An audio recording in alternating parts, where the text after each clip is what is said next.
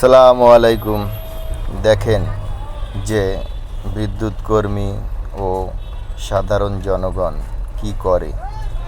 পুরো ভিডিওটাই দেখবেন এবং লাইক কমেন্ট শেয়ার করবেন অবশ্যই, এবং ভালো কমেন্ট করবেন। দেখেন যে আমরা একটা ট্রান্সফর্মার পুড়ে গেছে, তো এখানে আমরা যে পিকআপে করে যে ট্রান্সফর্মার নিয়ে যাবে এরকম কোনো রাস্তা নেই।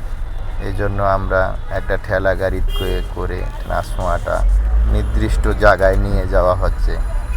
তো দেখেন আসলে এখানে রাস্তার কন্ডিশন এত খারাপ বলার মতো না। তারপরে যেহেতু ট্রান্সফর্মারটা পুড়ে গেছে, ট্রান্সফর্মার তো পরিবর্তন করতেই হবে। কিন্তু কিছু কিছু সাধারণ জনগণ আমাদের সাথে এত খারাপ ব্যবহার আচরণ করে যে বলার মতো না। তো তখনই কষ্ট লাগে যে এত কষ্ট করার পরেও যদি একটু সহানুভূতি আমাদের উপর দেখাতো তাহলে আমাদের একটু ভালো লাগতো।